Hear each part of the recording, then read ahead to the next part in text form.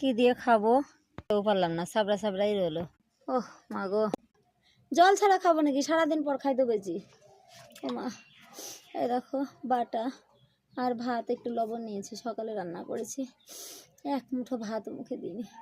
এখন 4টে বাজে, কুন্ডে এখনও আসেনি। তো আমি দেখি 2 গড়ের ভাত খেতে পারি নাকি। মুখ জ্বরে উঠতে পারছি না। স্নান করলাম, বাটাটা নিজেই বাটলাম। কে আসতে আর কেউ নেই, মেয়েরা পারে না এসব।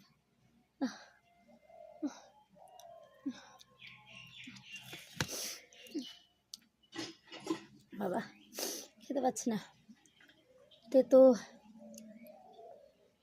বাবা জল